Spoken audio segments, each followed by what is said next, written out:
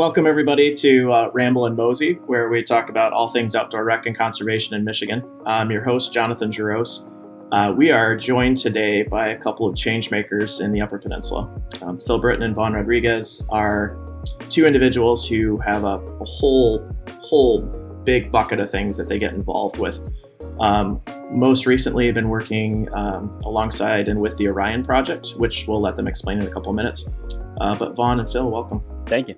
Happy to be here. Thanks for having us. So let's jump right into it. The Orion Project, it's an acronym, correct? Yeah. Yep, stands for the Outdoor Recreation Innovation Action Network. And where did that all come from? Because it's been happening for not just recently. It's been going on for a couple of years. So what's the origin of it, and what was kind of the push behind it?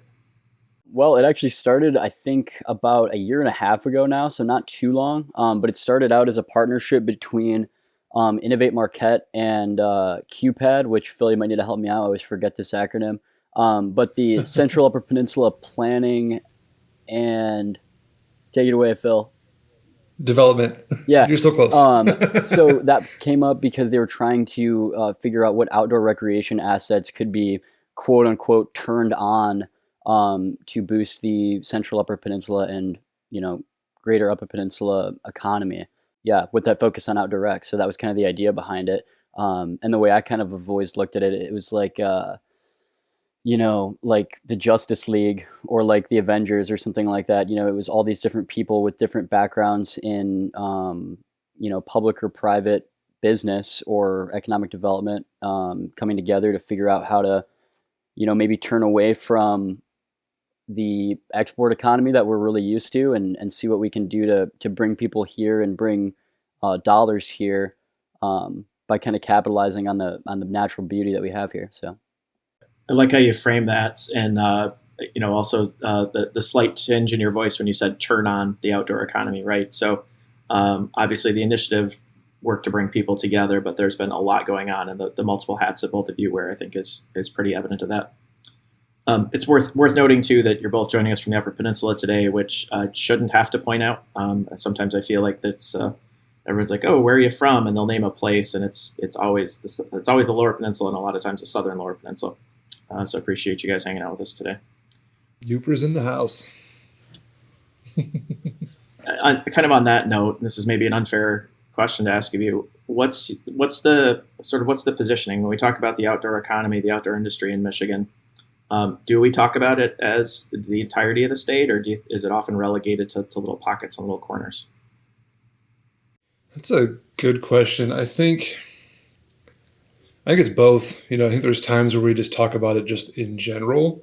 But I really think you only can talk about it on that more specific regional granular level, because our state is very big. It's very diverse. We have a lot of different microclimates, different outdoor recreation assets, if you want to use that term, but in terms of like lakes, rivers, trails,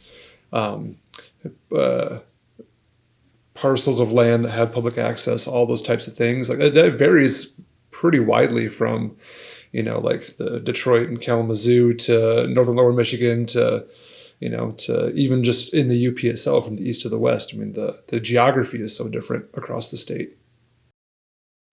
Made me smile as we're recording this. The Grand Island Marathon is coming up, and someone shared the marketing materials with me, and it says only 7 hours from Detroit. And I'm thinking in my head is like, well, that could also say only 7 hours from Minneapolis, from the Twin Cities, right? I mean, so there's a really nice intersection of not just people, but also the places that I think intersect in the Central UP. When we're thinking, though, about, and I'm going to avoid the acronyms, when we're thinking about the Central Upper Peninsula in particular, what are some of the hallmarks that you'd really point out for folks that maybe aren't familiar with both the geography as well as what's happening with the outdoor economy and the industry side of things? I think like the three big ones that come to mind right away would be, and if I'm understanding the question right, would be like mountain biking and the bike trails that we have all over. I'm potentially biased on this one, but the rock and ice climbing is phenomenal up here. And then just lake access and river access. Like I think that when people think of Michigan as a whole, obviously the Great Lakes are a staple. And in the central UP, you have so much kind of an overwhelming amount of Lake Superior, access. And whether you're paddleboarding and checking out picture rocks or you're, you know, sailing to the Keweenaw, it really doesn't matter what you do, but there's those three I would say are huge. I would say leaders too, right? In the sense that a number of conversations had in the last couple of weeks about trails and mountain bike trails in particular, and everyone always points back to have you seen what they're doing with the Marquette trail system with NTN and other places? Have you seen what's happening in Copper Harbor? Like there's the leadership is happening in a place that it naturally occurred from, and then I think it's really spread pretty widely, which is great. Same thing's true with the industrial manufacturing as well, especially for the outdoor industry. Vaughn, I buried the lead. So you and Phil both have very, very different and much bigger lives outside of some of the most recent work you've done. You said you're biased for rock and ice. What are you doing for fun these days, and what's keeping you busy professionally?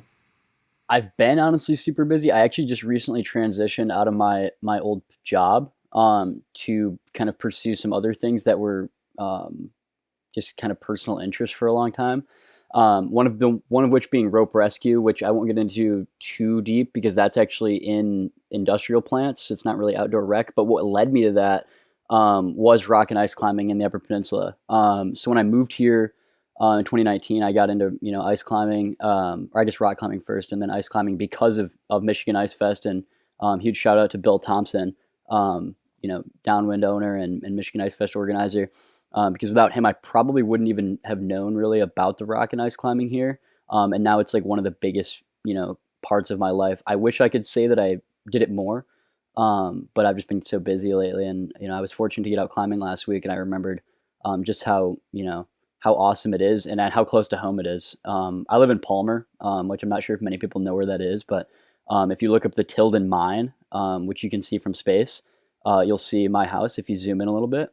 And there's rock climbing probably 10 minutes on foot from my house right now. So, and I still don't get out enough. So, there's that, but it's here, and that tends to keep me busy when I have free time. Very cool. Phil, how about you? Food systems is core to your heart, as are the creative arts, right? Mm-hmm. Yeah. So I wear a lot of different hats. I have been a freelance consultant for 7 years now, I think. And I've been, a lot of that was in the food systems world. That was kind of what I transitioned to about a little over a decade ago. But before that, straight out of college, I landed a job working in quality management systems for a local medical device manufacturer here in town. I'm in Marquette.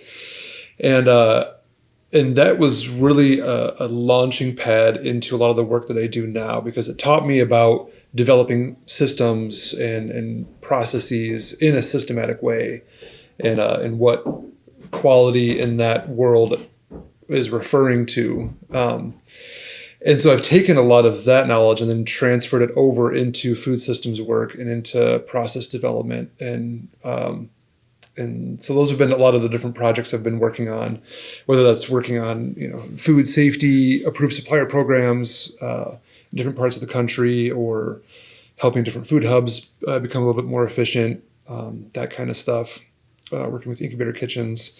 And this work kind of fit right into that as well, because it was very kind of process driven, I guess. We're looking at the outdoor recreation economy as a system. So that's kind of on the professional side. And then I'm also an amateur beginning letterpress printer. Been having a lot of fun with that. And then in terms of fun things, I've mountain biked, I hike, in and on the water as much as I can. I've been a disc golfer for a number of years. Lots of stuff. I'm smiling as you're both talking about these things, because I think one of the things when we first got to know each other, one of the first things we did is started trading the cards of like places we'd been, right? Like, oh, have you been to Hickory Hills? Like, yeah, of course. Like I golfed there before. Or, have you climbed this route? I'm like, no, haven't yet, but would love to go sometime. So I think that's the part that we often miss, is that really nice connection and how the physical landscape brings us together, no matter where we're at or where we're from. Both of you highlighted sort of I think maybe a non-traditional path to exploring the things that you're most passionate about. Is that unique to the Upper Peninsula? Is that unique to Michigan? That entrepreneurial spirit? Is that just unique to the two of you? Like, what's your feeling on the kind of the overall vibe for creativity and innovation right now? I don't think it is honestly unique to just myself at least. It seems like a lot of the people that I interact with, although not many of them that are who are my age are from here, like born and raised in the UP. But it seems like the trajectory from where they were born, wherever that may be, whether it's a lot of it Michigan, Wisconsin, Minnesota, to here seems like that was kind of the draw. Was like, hey, I want to go see what's up there. I want to go kind of be immersed in the whole um, lifestyle, I guess. So that's I don't think it's unique. To me specifically, a lot of the people that I interact with, and I think that's why I interact with them, is they're like, hey, I want to go sailing. I want to go sea kayaking to Grand Island, and ice climbing or ride dirt bikes, to the tip of the Keweenaw or whatever. Um, it all I think that the attraction is to go do the adventure. So I think that's kind of what brings people here and together. Yeah, and that whole creatively carving your own path thing, I think that is a very Michigan, but also very Uper characteristic, where we are so remote up here. We don't have all the same resources available, so we're used to having to figure it out with what we have and just make something, find our own way with what we have. You think about even the mountain bike trails. A lot of those were built by mountain biking enthusiasts who wanted trails to ride on. So they're just like, well, here's some land we can use. Here's some great hills. Here's some cool features. Let's build some trails, and it just kind of grew from there. So many of the big name companies up here are the same, where they're like, hey, this is available. We have some resources at hand. Let's do something with it. And then you have the Stormy Chromers, and you have even locally like Trinary Toast. It's like these companies that just figure it out. Yeah, that's a very Uper thing to do, I think. Well, along those lines, then, what are some of the challenges? So you mentioned Stormy Cromer, for example. Vaughn, you mentioned the Michigan Ice Fest. These are not just employers and events, but they're also, frankly, they're also revenue generating for the area, for the communities as well. What are some of the barriers that you're seeing that are preventing more of that happening? And some of those things might have come out of the Orion work as well. I mean, I think a big one that Phil kind of touched on, and you even too, Jonathan, was the whole remoteness and the 7 hours away from Detroit. Or I think people think that we're just so far, kind of like at the the edge of the world, I guess. And I think that sometimes that is an attractive piece for some people, but I think that that's a big one too. Is just like it feels very far or disconnected for some. Um, but yeah, I mean that, and thinking of Michigan Ice Fest specifically, like with changing weather and climates and stuff like that, that can be a huge one. Well, yeah, that was what 2 years ago. It was turned 55 and started downpouring in the middle of the festival. I mean, there was a Yeah, totally. Made it like a day in, and officially canceled, and somehow I managed to guide every day, but it was a lot of dry tooling and mixed climbing. But yeah. Nobody tells you how it is. Nobody tells you and Sam Elias no is what it comes down to. Yeah, exactly. I think that was an interesting piece too, right? So for the listeners who aren't familiar, a couple of years back, at the start of the Michigan Ice Fest, the weather turned dramatically, and there was significant downpour and 55 degrees on what should have been a bitter cold weekend with some really, really beautiful climbing. And I think one of the things that caught my attention, and I know it did a number of the businesses also, is people didn't leave. So they're expecting 4,000 people to just disappear because the sport that they were passionate about, they couldn't do for that weekend, or at least couldn't officially do, as you point out. But in reality, nobody left, right? And so the breweries and the restaurants and the hotels just kind of looked around and like, how come you're not going home? And I think so much of that becomes about community, driven by the activity. but the activity at the end of the day isn't always the be all end all. It's what brings us together, but the communities, as you pointed out, even Vaughn, folks you met early on 2019, things like that. It's like that's what sort of binds us together, not just did we get to send it today. Yeah, exactly. And I think like it kind of goes along with like, insert whatever example, any hobby, sport, lifestyle, like it seems like the people who are involved in it up here, it's not just like they're, you know, oh, I'm just gonna get out and I'll do it, and I'm half in it, I'm half out. I don't really care about it. It's like, oh no, I like live and breathe this stuff. This is my family, this is my tribe. So just kind of an interesting thing. You know, definitely that remoteness can be a barrier in terms of, especially when you're talking about manufacturing and hard goods and just the shipping costs and logistics and extra time things take to get here. That can definitely be a barrier. Housing, no surprise to anyone, but housing, especially in areas that people want to live. Um, Access to broadband in areas outside of the major metropolitan areas. Metropolitan in quotes. We're talking the UP here. Those are definite barriers. And then, yeah, the climate stuff. I think about last year again, the Caymanon ski race was canceled. The UP 200 sled dog race, thankfully, was able to go, but I know that was touch and go. I think up until a week before this year, and it had been canceled the previous couple of years. We feel it most acutely in the wintertime, I think. The changing climate.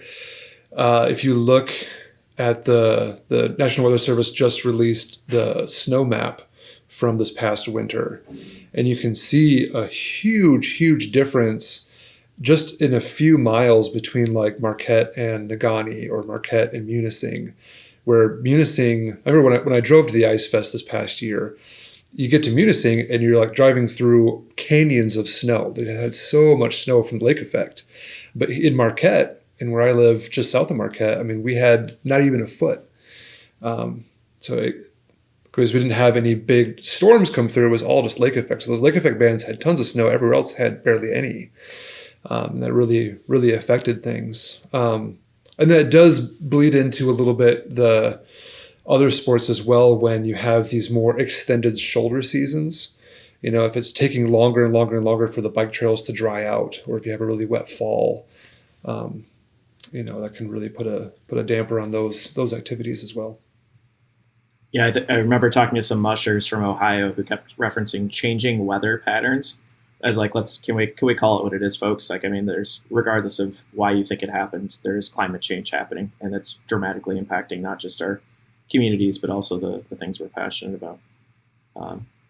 Question for you there, I guess a little something to think about. So we, sort of COVID 5 years ago, or 5 year anniversary, COVID anniversary this summer, taught us a lot of things about what we need to survive. I think in high-speed internet access, friends, and the outdoors are like top three on a lot of folks' lists in terms of what allowed them to keep their sanity. Feels to me like those things are also things that a lot of people just realized do exist in the Upper Peninsula, that they have access to there as well. What's the current feeling on, I guess let's call it insider outsider sort of perspective within the communities? There's a lot of investment. Marquette Mountain, more recently acquired and purchased by a new private investor who's coming from out of state, but also investing deeply in the community. We're seeing that a lot throughout the Upper Peninsula and through Northern Lower Peninsula as well. What's the cultural feeling like these days? I think it's a mixed bag, honestly. I think that, and it's hard for me to say this, I think, because I grew up in Grand Rapids. So I, have had this conversation countless times actually with my mom, because I'll be like, driving somewhere and I'm like, oh, the traffic, man, or like whatever. And then I'm like, wait a minute, I'm not even from here. And also the traffic's not that bad. Like then I go down to Detroit and I'm like, oh, okay, that's traffic. But honestly, like I think if done right, like with Marquette Mountain as the example, like it seems to me that, they care, they want to create a space for people to, have fun and have a good time, and they're hosting cool events, and they are reinvesting into, their own space, but also the community at large. So, I think it depends on the situation of what, what we're talking about and who's involved, and maybe whether or not the community has a say, and I think that they want to be involved. The people, born here that feel, a huge tie to this place, they obviously don't want to see it, change for the worse. So I think if it's, positive change that they can utilize and enjoy, then I think it's good. But there's kind of that spectrum that you kind of got to take into consideration when you think about that stuff, because there's not really a cut and dry answer, I think. Mm-hmm. Yeah, it's easy. I mean, I've lived here for over 20 years. I've been in the UP for even longer. So it's really easy to be all, oh, get off my grass. But I think, like you're saying, Vaughn, if it's done right, done thoughtfully, done intentionally, it is a huge benefit.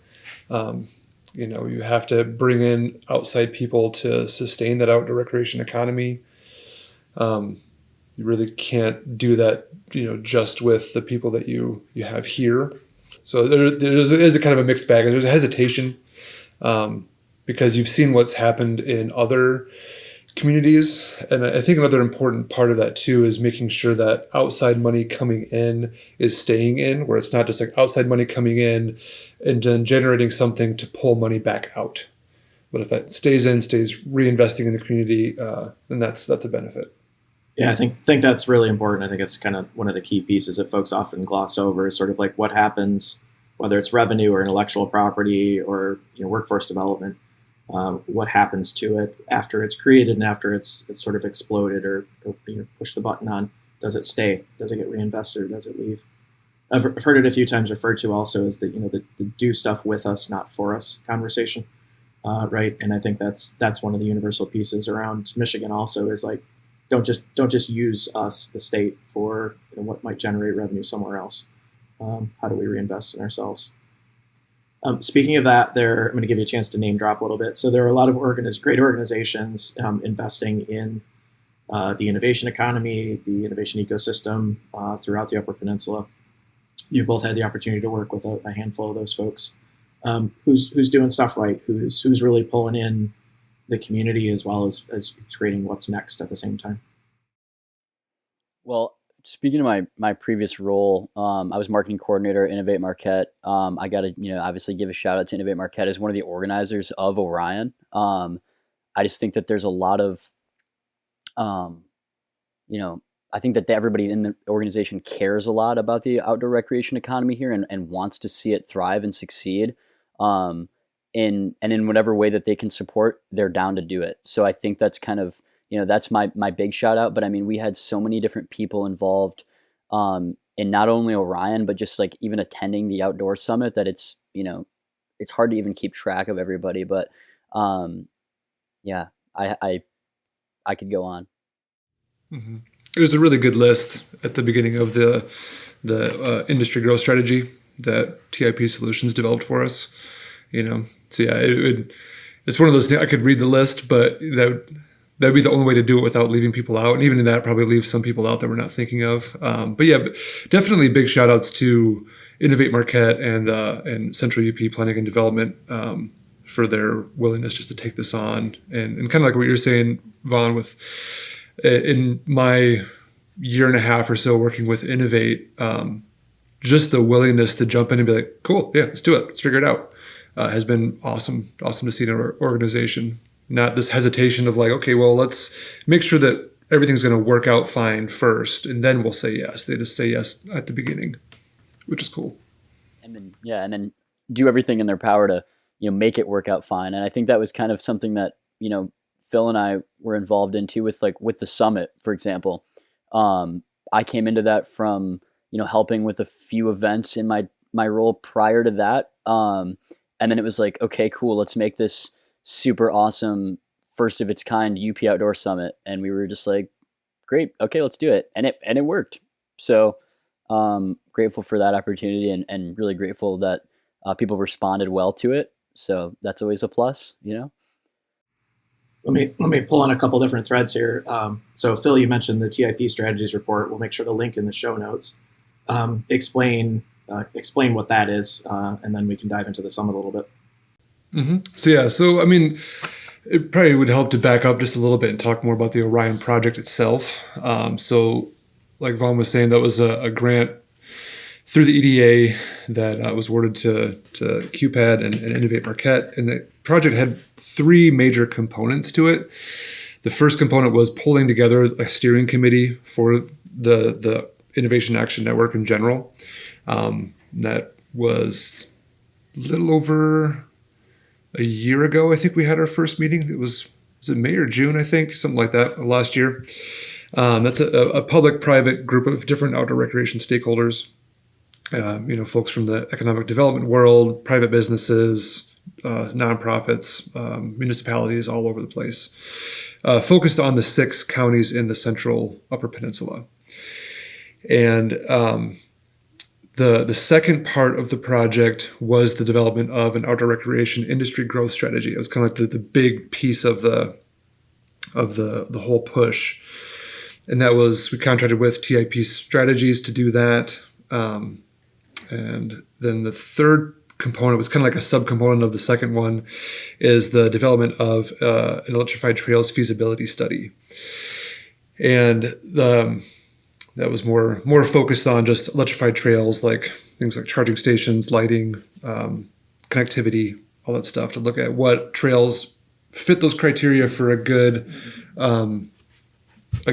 pilot, what's the low-hanging fruit, all that kind of stuff.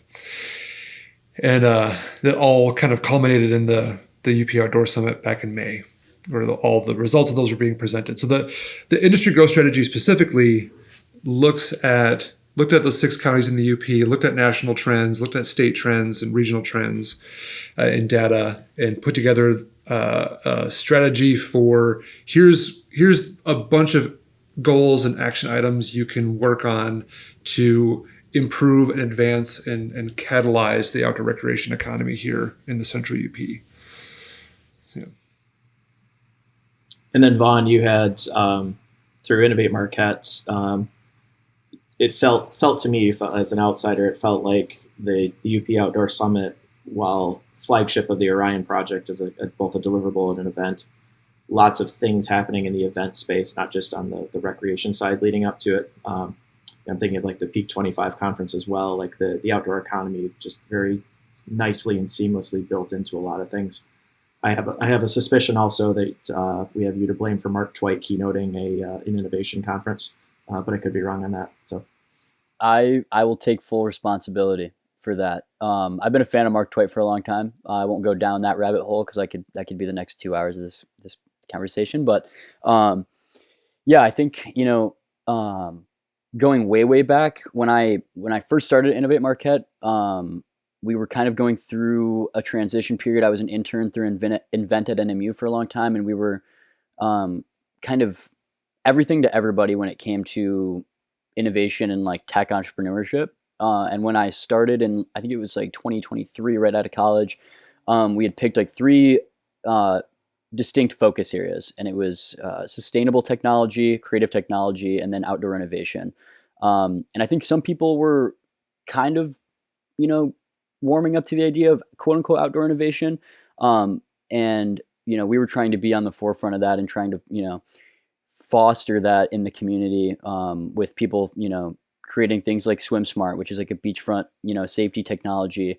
And I think that, not to go off into the weeds here, but like we were trying to, unite everybody on a state level about, getting behind outdoor innovation. So at that Peak 25 conference, it was actually the second year in a row after we rebranded from Innovation Week that the Michigan Outdoor Fund, gave $50,000 for, outdoor innovation startups to pitch and compete for, to get that investment from that fund. And it went really well, and we had people from all across the state come up for that, and that did kind of funnel in perfectly to the summit that we did for the Orion Project. I think some people were like, "Oh, you should have done the pitch competition at the Outdoor Summit and stuff like that." And it's like, well, we had so much content at the Outdoor Summit, it would have just been like kind of a too much going on at one time. And it was kind of a cool thing too. That was almost like, it was like, hey, come to this thing. We're not just doing it at the Outdoor Summit. This is like a year round. We're always trying to invest in the outdoors here, in just Marquette and also in, the entire UP and the whole state. And that kind of goes back to the point of like, do you think it's, referring to outdoor economy on a state level or in different pockets? And it's like, well, there are different pockets, but we are all in this as one. So. I think it was that peak conference. That was the first time I met you, Jonathan, and I thought it was really illustrative of the folks that work in this field because, we had just met each other, but you wanted to go talk to Mark because you were fanning over him, and then it was a beautiful bluebird day after some fresh snow, so I wanted to go to the mountain and snowboard, and so it's like, it's one of the cool things about working in this space is that people don't really just end up here. Like you're here because you love doing these things and you want to contribute, which is cool. And our mutual friend Dave Nyberg sort of often refers to this as his ski coach dad jacket, where like you don't wake up in the morning and put the jacket on, and then suddenly you're going to work at NMU or you're going to coach slalom ski or you're going to be a dad. Like you put the jacket on in the morning, one because you're cold, but two because it sort of wraps you in the everything that you're doing, right? So it's family business, it's your personal activities, it's your passions, it's where your creative brain is wandering while sitting in an auditorium. So I mean it's that idea that like the identity isn't a costume that somebody puts on, which I think is a really important part. I will say too, Vaughn, you mentioned that the interest in what you were working on with outdoor innovation spreading across the state, and I'll say for sure it's done that. The number of the waves, not just ripples, but the waves from the Peak Conference and elsewhere, what you've been working on, really has crashed on some shores elsewhere in the state. I think a lot of the investment conversation around the outdoor economy has often focused on very specific products or very niche things built off of what we already know. Is this a battery for the outdoors, or is it a battery? And some of those things become marketing more so than innovation. And I think the work that you guys have been doing really shows off the innovation side and the ingenuity side, not just the how do we repackage something that is. A question for you along those lines too, right? So NMU, whether through Innovate or whether through student internships and the student programs, the academic programs, has also really taken a leadership role. What's the perception of higher education workforce development? Does it feel like it's spreading throughout the UP, or does it still feel fairly localized?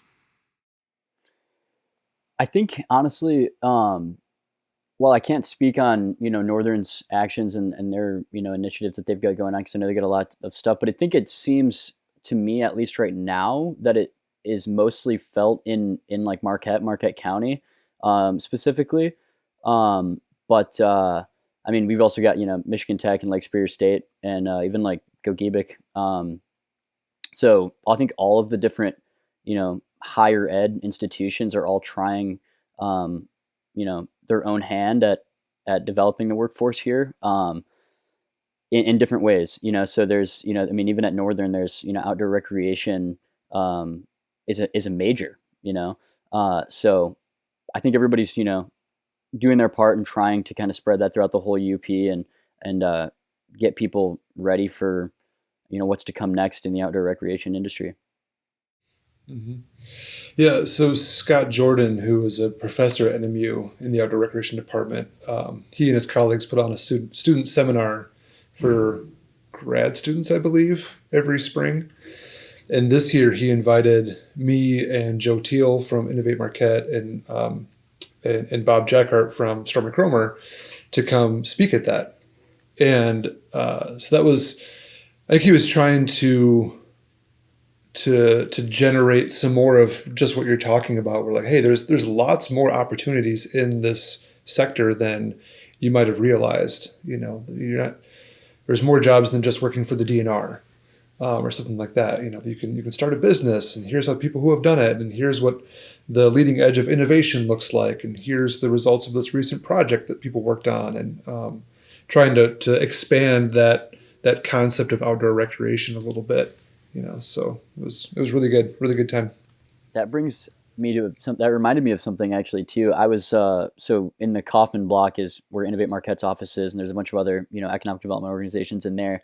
And I remember one day a friend of mine texted me and he was like, "Hey, I'm right outside your office," and he was an outdoor rec major, just graduated this past year, and I was like, "That's weird." Or I mean, like there's an NMU classroom there, but they were like going on a tour of our space. I was like, "Oh, that's cool. Like, what are you doing?" And he's like, "Oh, I'm taking an outdoor innovation class with Jackie Medina," and I was like, "That's new and pretty sweet," but I didn't even know that was a course offering. And to kind of go back to what Phil's saying with what's the cutting edge and or building up to the cutting edge of outdoor innovation, is they're all trying to stay on the forefront of it, so much so that they're offering classes to learn about outdoor innovation. So just pretty cool stuff.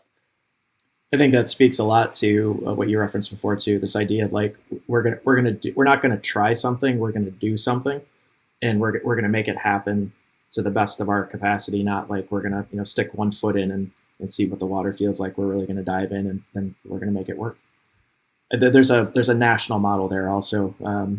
I don't know if I don't know if Michiganders recognize this or not, but there are a number of hubs around the country that do well, both with the outdoor space and then the innovation space. Central Upper Peninsula is definitely one of those. Oregon, obviously, Rocky Mountain region, Denver in particular, and Boulder. Western North Carolina, some folks in Maine also. But that same sort of regionality that we see in Michigan in terms of where like a lot of intensive work is happening is also true across the country. And I think we need to give ourselves a pat on the back in Michigan a little bit more often for how and where that's happening, because it's known outside of the state, but I don't think it's known as well inside as we might want it to be. So here's the really unfair question.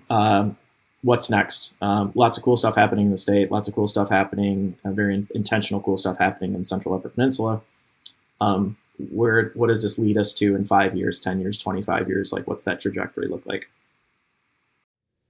Yeah, so we just had a meeting this week. The Orion committee met again, and that was the main topic of the conversation. Is that this was funded by a grant, and that grant is just about over. We're going to do like a debriefing kind of wrap up meeting in September, and that's going to be it. So, like, where does this live from here? Because we have a great plan. It's a great like start. How does it not just become another project where you have a really nice PDF that lives on a website and nothing really happens with it? So that's been an active part of the conversation, is like where's Orion going to live as who's going to be the facilitating body, who's going to be what's going to be the vehicle to keep that momentum going and try to organize efforts and make connections and foster collaborations both within the central UP and across the UP and throughout the whole region. I haven't landed on anything quite yet, but there's some things in the works to see where that can end up. But that's been the main topic of conversation. And the other thing for what's next is there's nothing preventing other organizations from taking the growth strategy and the feasibility study and running with it and be like, hey, we can do these things, these couple action items here. That's already in our plan, so we'll handle those and run with them. Or we can make better informed decisions based on the data that's in there, that kind of stuff. But yeah, I think the main focus is where does Orion live and how does the momentum that we've generated through this project, through the summit, how do we keep that going? Totally. And I think to Phil's point is, the emphasis on like public and private partnerships for actual specific projects was one thing that we had talked about a lot. Is like, okay, we had this summit, with the outdoor recreation industry growth strategy and the electrified trails feasibility study, and we brought all these people together on a from a entire state level, and where do we go from here? And I think that like next year, were there to be another outdoor summit, it would be to look at those over the course of the next calendar year, what projects get done and what do we achieve with that outdoor recreation growth in mind. What that exactly looks like, I don't know, but I think with organizations like Innovate Marquette, and then private organizations like, for example, like Kona Hills Campground that just started recently here, partnerships between those two to foster outdoor recreation growth, whether that's through different trail systems or other outdoor recreation assets. I'm not sure what that looks like, but I think just like identifying specific projects and not biting off more than you can chew, but biting off just enough to to show some real tangible results. Right on. How do we? So one of the things we also kind of jumped over a little bit is things like the Michigan Ice, the activity-based outdoor economy. So things like Michigan Ice Festival or individual mountain biking, things like that, or bird watching, things like that. A lot of that depends on either public or private conservation land. As we're looking forward that 5 years down the road, how are we balancing out some of these demands on the actual ecosystem and the places so that the innovation and the ingenuity and the influx of tourism and other things don't just squash those resources as well? What's that look like 5 years from now? I think, a lot of that comes down to education, again, planning, intentionality. There's like Pictured Rocks now limits their guest numbers, right, throughout the year to kind of keep that impact on the environment steady. And I think another thing that another big opportunity is highlighting other areas in the UP that are amazing and still off the beaten path that people don't really know about. So to kind of help spread, as more people come to the region, spreading them out a little bit more rather than concentrating them on a few hot spots, but like, hey, no, go check out this area, go check out this area. And one of the things we had talked about a little bit during the project too was ways to monitor traffic in real time, like on the trails. So if you know that, oh, hey, these are super busy right now, let's go somewhere else. So efforts like that, I think. And then, again, all the usual conservation practices, all the usual zoning and planning kind of stuff to help protect those environments. Yeah. To go into your point, Phil, too, like with the education aspect of it, that was a huge, I would say, partnership with the Orion Project. Is we had representation from Travel Marquette, and I think that they do a really good job of trying to inform people of what there is to do here for sure, but also how to take care of it for the next person. And I think that's really big. We have these assets right now, but I do think that they are finite. So, in 5 years, I hope that they continue to thrive. In 10 years, I hope they're doing better than they are now, So yeah, education's huge. Knowing not only where to go, but how to take care of it and keep it looking pristine. Guys, this has been phenomenal. I've learned a little bit of what I feel is a lot to explore about the work that both of you are doing, as well as the Upper Peninsula in the last few years. I feel like I also have a lot more to learn. Where do I find more? Where can other people learn more about the work that's happening, and also the innovation that's happening on the ecosystem side, and also the people side as well? Yeah, you can go to innovatemarquette.org. And then there's a link on there to get to the Orion Project. It's ORIAN. And you can find all the info there. You can find the studies there, presentations from the summit, and also you can sign up for the newsletter to get future updates. Right on. Any other places, other organizations that folks should be checking out that they might not be familiar with? Yeah, well, in terms of shout outs, huge shout out also to you and Alyssa for Land of Outsiders and Heart of the Lakes for providing so much support and connections and resources throughout the project, and also for the summit. Even down to practical, like hauling speakers up here so we can have it at our after party. That was super, super helpful. I appreciate that. I think that's all part of the, you put the jacket on in the morning and you maybe don't take it off for the next week, right? It's part of what we all do. I appreciate that. It's been super fun. Just frankly, just really fun learning from all of you. So it's been awesome. Yeah, thank you for your support, and it was fun working together. Vaughn, we are a little ways off from ice climbing season, but we've name dropped the Michigan Ice Fest a number of times already. Where do folks find you come February?